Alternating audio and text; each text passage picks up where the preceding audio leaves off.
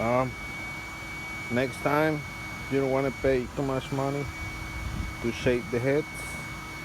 All you gotta do is find a table, plastic top table, glue some sandpaper, 220, then 400, and then 600 grits sandpaper.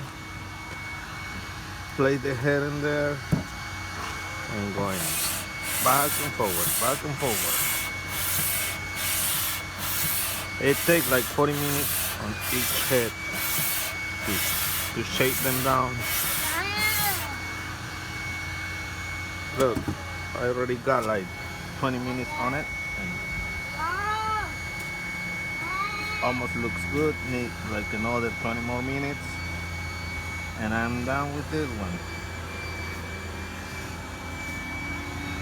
So next time you want to save some money, you know what to do.